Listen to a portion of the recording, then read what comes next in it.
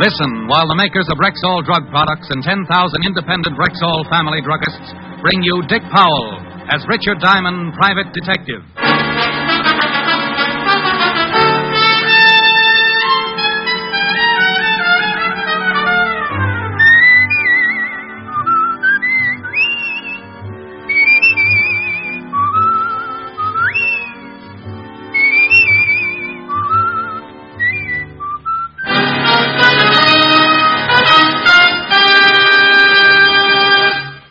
Good evening. This is your Rexall family druggist speaking to you for the 10,000 independent druggists who have made the word Rexall part of our own store names. We've done that because we recommend and sell the 2,000 or more drug products made by the Rexall Drug Company. Like Plenamins, for example, Rexall's famous multivitamin capsules. 2 Plenamins a day give you more than your daily minimum requirement of every vitamin for which such requirements have been established, plus valuable liver concentrate and iron. What's more, Plenamins cost you only pennies per day. Ask for Plenamins at Rexall drugstores everywhere. And remember, you can depend on any drug product that bears the name Rexall. Good health to all from Rexall. Now your Rexall family druggist brings you a transcribed half hour with Richard Diamond, private detective, starring Dick Powell.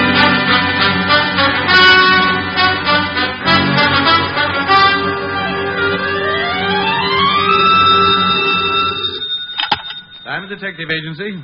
We trail them, we nail them. If they're guilty, we jail them. No charge for poetry. Oh, no. Edgar guessed with a shoulder holster. Hello, Helen, baby. Rick, guess what's in town? Unless I win something, I give up. The carnival. Well, is the balloon concession tied up yet? Oh, Rick, I'm serious. I haven't been to a carnival since I was little. Let's go tonight. You mean peanuts, popcorn, Cracker Jacks, and all that? Yes. Sounds awful. Oh, now, Rick. Please. Okay, honey. I'll be around at 8. Shall I wear my knickers? Rick. Bye. That night, I picked up Helen and we went to the carnival. There were more people on the Midway than Rexall has stores, and we got pushed so much I felt like the tax bill in Congress. Helen decided she wanted a Cupid doll, so we stopped at the shooting gallery.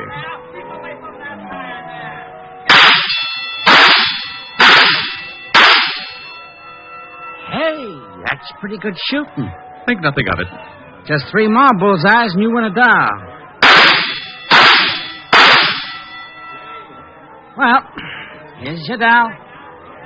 Where'd you ever learn to shoot like that? At the skeet club. Would you like to try a shot, Rick?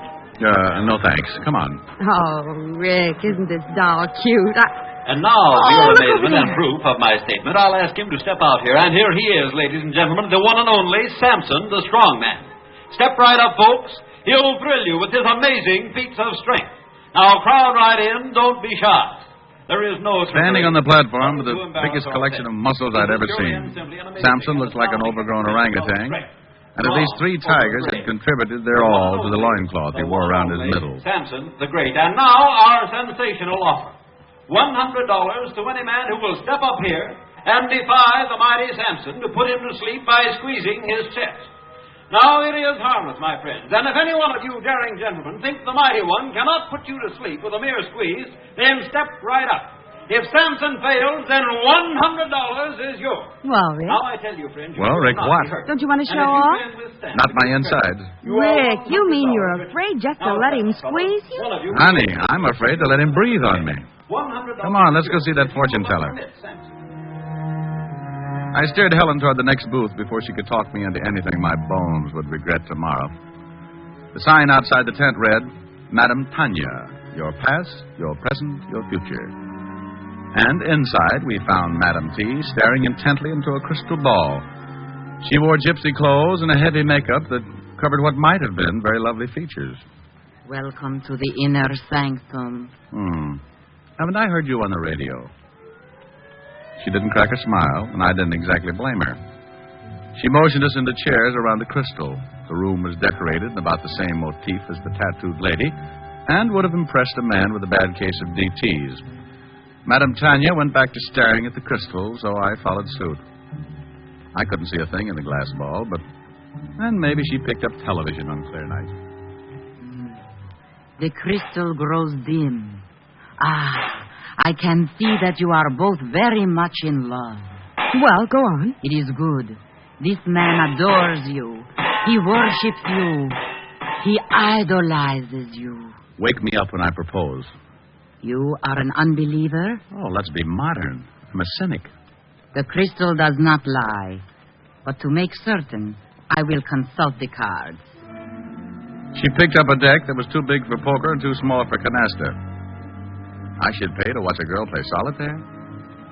I nudged Helen. We were about to leave when a tall, thin young man pushed back the canvas flap and walked in. Hey, Tony, I didn't know you were busy. Excuse me.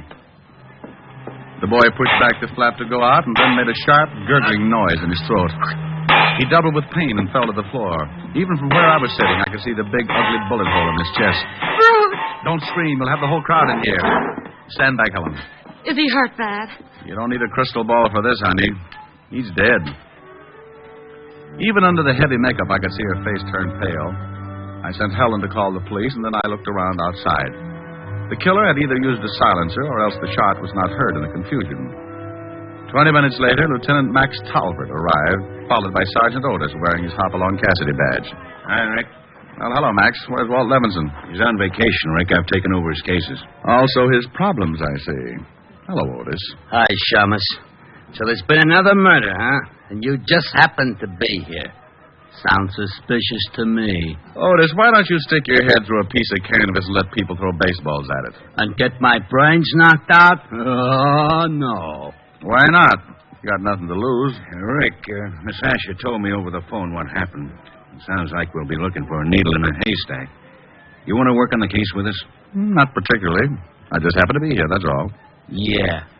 I still think that's awful funny. Otis, I'll send you my confession in the morning. So long, Max. It's not that I wasn't interested in the case. I was.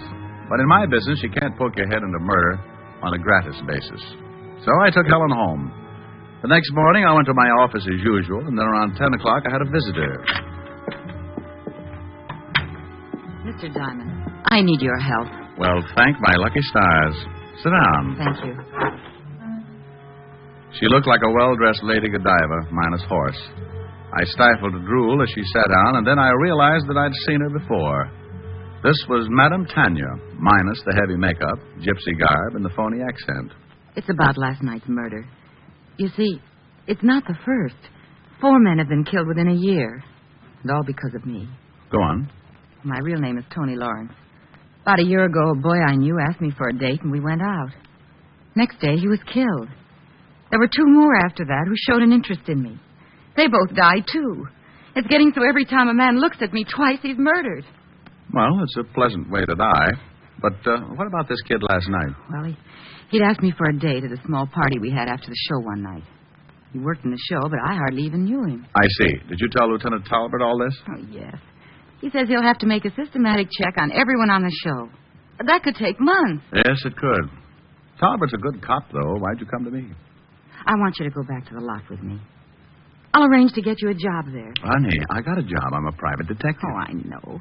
I'll pay you what you ask. Oh, well, that understanding will just continue. Well, maybe working undercover, you'll be able to find out who's behind all this. Well, Oh, I'm sure it'll work. I'll get you a job as Barker for the girl show. You know, I've always wanted to run away with the girl show. We drove back to the Carnival, and I became Rick Diamond, boy Spieler.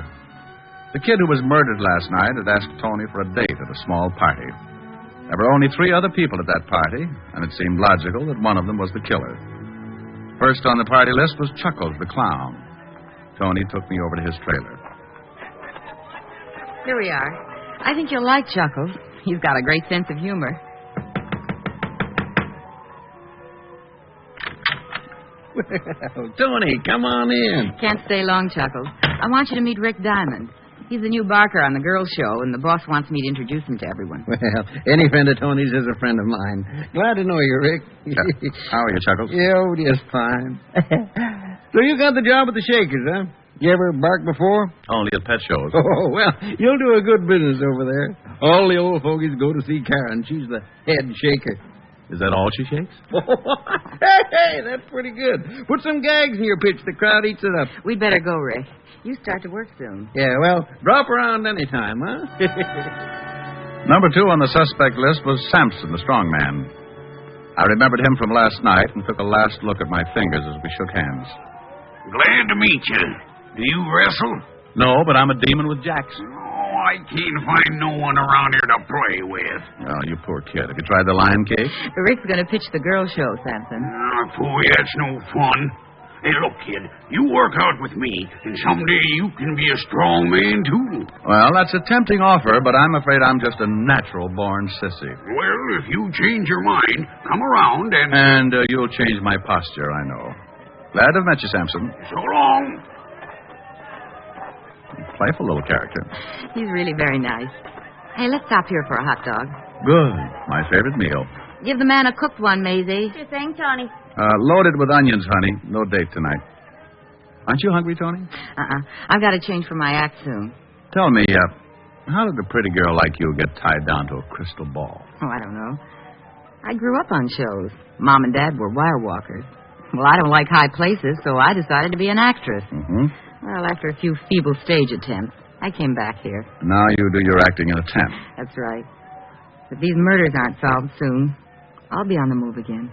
Those 2 characters we just met, do you think one of them might be the killer? Gee, I don't know. They've always been friendly with me, but... Well, they did overhear that boy ask me for the date. Karen was there, too. Oh, yes. The shaker, as Chuckles put it. You'll probably meet her later on. She's always quick to discover a new man. Well, I can hardly wait. Say, I'd better get back. I'll see you after the show tonight. Yeah, mistress. Got enough onions to keep you out of circulation for a week. Tony walked away, stopped, turned, and gave me a smile that made me feel warmer than the hot dog I began munching. She was a very pretty girl. Pretty enough for someone to kill any man she got interested in. And that someone was either a clown, a strong man, or a hula dancer. Yeah, it was quite a mess, and here I was in the middle of it. But as P.T. Barnum always said, there's a sucker born every minute.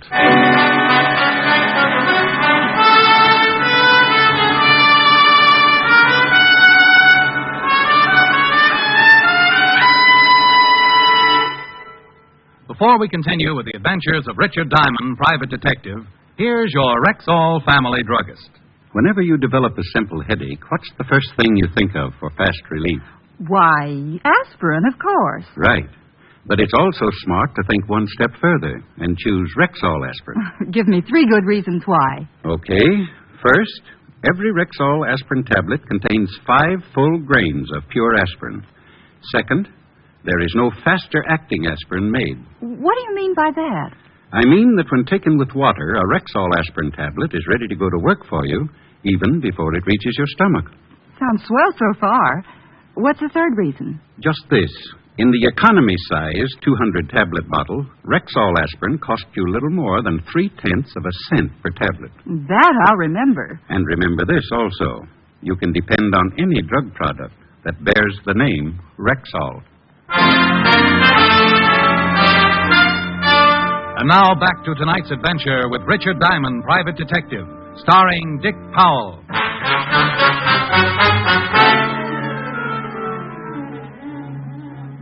Hurry, hurry, hurry. Step right up and see Karen and her friend. Come on, boys, don't be bashful. Put your wives on the Ferris wheel drawn in. Get away from me, son. You bother me. Only 1/10 of a dollar plus 15 cents and you're all set. You'll see Karen, the blonde bombshell. That night, I yelled my head Bill, off. the bashful The crowd lady. was heavy, and the men poured into the tent until there was Small panting room eyes, only. that used to be great. I looked at my watch and saw that I had 4 more hours to go. So I warmed my tonsils and kept right at it. My mistake, mister. Go on in. 4 hours later, I felt like a politician and had a voice like Andy Devine. Tony met me after the crowds had left, and we had a Coke. Tired? Tired? Me? No. 37 hours sleep and I'll be as good as new. You'll get used to it. Oh, do I have to? I thought the girl show would be great, but they're inside. I'm outside. Well, you'll meet Karen soon. That's some consolation. No, say, while I think of it, maybe we'd better not be seen together so much. I got a great affection for life. Yeah, I've thought of that. You'd better go on from here alone. But, Ricky, be careful. I gave her my for you I will look, and then she left. I had been assigned a bunk in one of the trailers and was about to head toward it when something grabbed my arm. At first, I thought one of the snakes had left the charmer's neck. But this one had long blonde hair. Hi. My name's Karen. You got a match? I'd heard the match line in a movie, but what this gal carried around could never pass the censor board. I'd been singing her praises all evening, and now I could see that I'd been guilty of understatement. Thanks. Oh, that's all right. I'm loaded with them. Hey, you're cute. The last guy had a lousy voice, but you're cute. What's your name? Diamond. You can call me Rick. You want to buy me a Coke? Sure. Well, never mind. I just wanted to see if you wanted to. Well, any more party games up your sleeve? Oh, sure, lots more. I've seen you with Tony. You like her? Well, shouldn't I? I don't know. Only the way things have been happening, it ain't so healthy. Yeah, so I heard. You like her? She's all right. Burns me, though. She makes more dough than I do, and she's strictly no talent. She just makes up them stories. Now, me, I'd give the boys the money's worth. Well, I'll bet you do. You know, I bet we get along real swell, you and me. Well, I hope we do. You know, there's nothing but jerks around here. You look sort of like a gentleman. Sorry, I'm just tired. Oh, I like it. You want to take me into town and go dancing? Well, I'm all worn out tonight. Oh, I don't really want to go. Just want to know if you'd like to take me. Oh, we're back at that. Yes, I would like to take you. Good. Oh, gee, it's a nice night for a walk. Would you like... Let's not go round again. Say, you're awful cute. Good night. That night, I went to bed with a lot on my mind and an ice pack around my neck. I was after a murderer who left no clues. The only apparent motive was to keep men away from Tony. Chuckles or Sampson? Maybe they were in love with Tony. On the other hand, Karen might be jealous enough of Tony to commit murder. I didn't count sheep that night, just characters. Next morning, while I was roaming around the carnival grounds, I found Chuckles sitting on the steps of his trailer sewing a bright-colored costume. Well, hi there. Sit down. Thanks. Hey, you're pretty handy with that needle. Oh, you gotta be. How did it go last night? Well, I'm a little better, but I'm in no condition for a cigarette test. I'm glad I don't have to yell my lungs out every night. I just stand around and let people laugh at me. I have a friend named Otis who does the very same thing. Say, you should have been around yesterday if you like excitement. Guy was murdered. Oh? What happened? Somebody shot him. Seems like the only reason was because he liked Tony. You mean the girl who showed me around yesterday? Yeah, that's her. I guess not many guys give her the eye. No. There's one fellow that kind of likes her, though. A guy by the name of Leonardi. Oh? He don't work here no more. He's on another show. Tony and him write a lot, though. I'm always mailing letters for him. Well, maybe they're just friends. Yeah, that's what she says. He worked on this show before I came over here. I don't really know him, but I bet there's something between those two. Maybe he's the one behind all this. Could be. Well, it's not good to poke your nose into other people's business. You're telling me. Well, I guess I'll look over the show. Yeah, well, drop around any time. I left Chuckles and wandered on up the Midway. About half past the merry-go-round, I ran into Karen, the curve cram kid. Hi, handsome. Hi, yourself. You know, I dreamed about you last night. You do wonders for my ego. You do wonders for my dreams. Care if I walk along with you? Not at all. Karen, do you know a guy named Leonardi? Oh, sure. Used to work here. Why do you ask? Well, I've heard he might be interested in Tony. That's risky business, you know. Tony and Leonardi? Oh, no. Now, somebody's pulling your leg. Oh, Rick, I've been looking... Oh, I didn't know you had company. Hello, Karen. Hi. I just thought I'd see if you were getting along all right, Rick. He's in good hands. That's all a matter of opinion, dear. Look, why don't you girls amuse yourselves while I make a phone call? Karen, you do the shimmy while Tony tells your fortune. I'll be right back. Both girls were exchanging icy stares as I pulled up my coat collar and walked away. So far, I'd accomplished nothing, and the case was still as mixed up as a chef's salad. I called Max to see if he'd uncovered anything on the latest murder.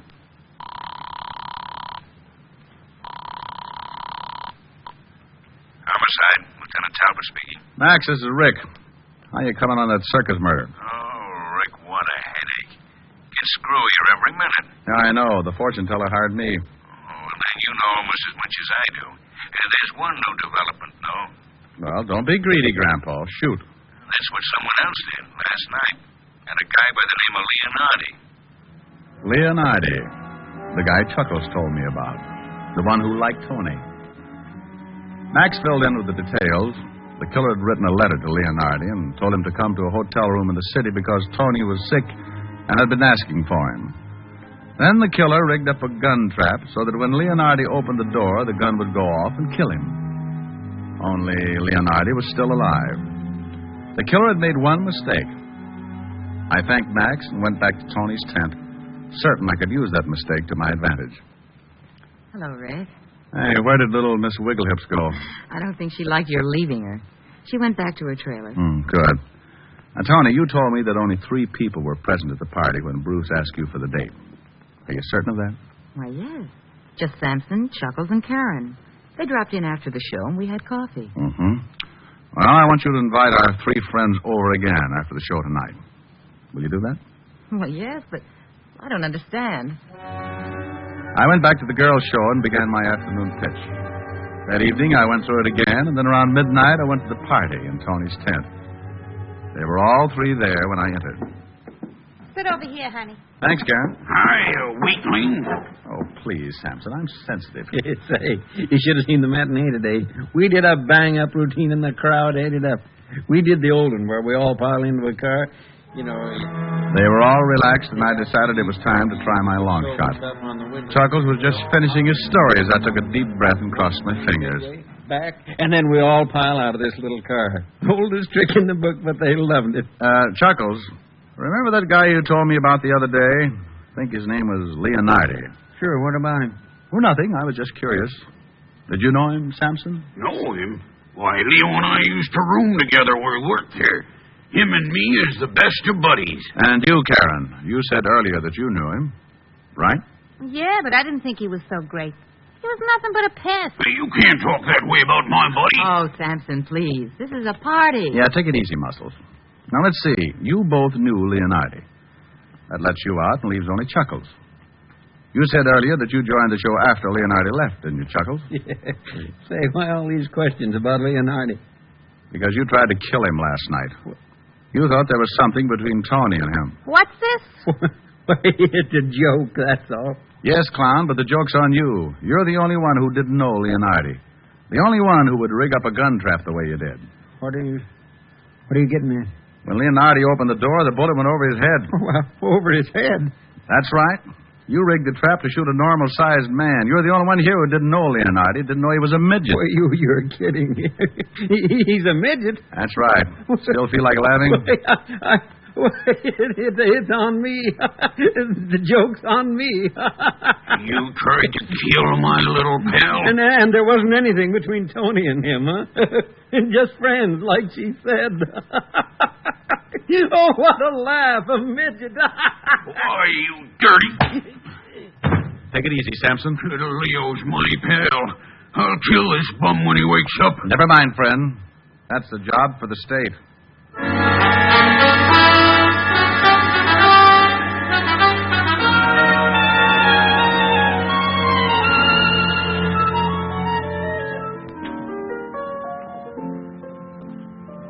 And so, dear Helen, my life at the Carnival ended, and I have come back to you. Beaten, perhaps, but ready to continue my valiant fight against the forces of evil. Justice must prevail. Truth must march ahead to... Oh, Rick. Quiet, I'm auditioning for Portia Face's life. Rick. Was that Karen person pretty? Mm-hmm. What kind of a dance did she do? Well, she started by, and then she... Well... Oh. One of those. Mm-hmm. Only more so. Well, I hope you enjoyed yourself. Helen, you're so thoughtful. Rick, Yes, baby? I wonder how I'd be doing that. Doing what? Helen, please. This is more your type. Sweet and lovely, sweeter than the roses in May. Sweet and lovely, heaven must have sent her my way. Skies above me never were as blue as her eyes. And she loves me, who would want a sweeter surprise? When she nestles in my arms so tenderly, there's a thrill that words cannot express. In my heart a song of love is taunting me, melody haunting me, sweet and lovely, sweeter than the roses in May. And she loves me, there is nothing more I can say. So that's my type, is it? Come here. Wow. Well. Oh, I guess a man's entitled to change his tune.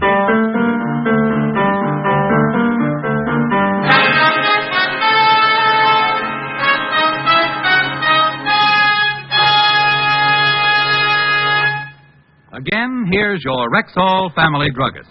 Tonight, I'd like to say a special word to users of mineral oil. I know that what you search for is one with an extra heavy body.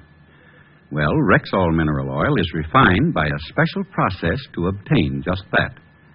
And because it's so exceptionally pure and bland, Rexall mineral oil is non-irritating and non-habit-forming. What's more, it's tasteless, odorless, colorless. Next time, try Rexall mineral oil. And remember, you can depend on any drug product that bears the name Rexall. Good health to all from Rexall.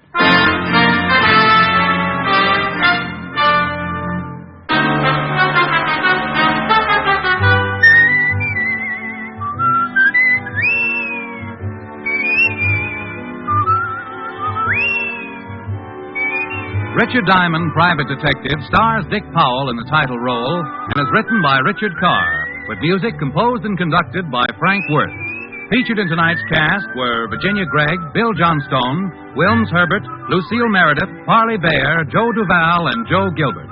Richard Diamond, Private Detective, is transcribed in Hollywood by Jaime Del Valle. This is Bill Foreman, inviting you to be with us next Wednesday at this time, when we will again bring you Dick Powell as Richard Diamond, Private Detective.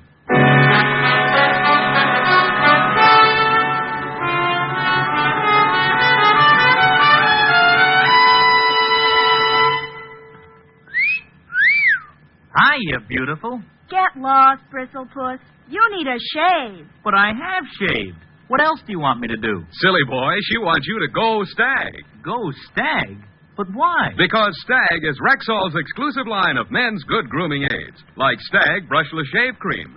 No fuss, no massage, just smooth it on, and presto, you get a clean, close shave. Your face stays smooth and whiskerless all day long. I'll do it. I'll go Stag. That's it. Join the Stag line now at Rexall drugstores everywhere. Yes, to make girls care. Go Stag.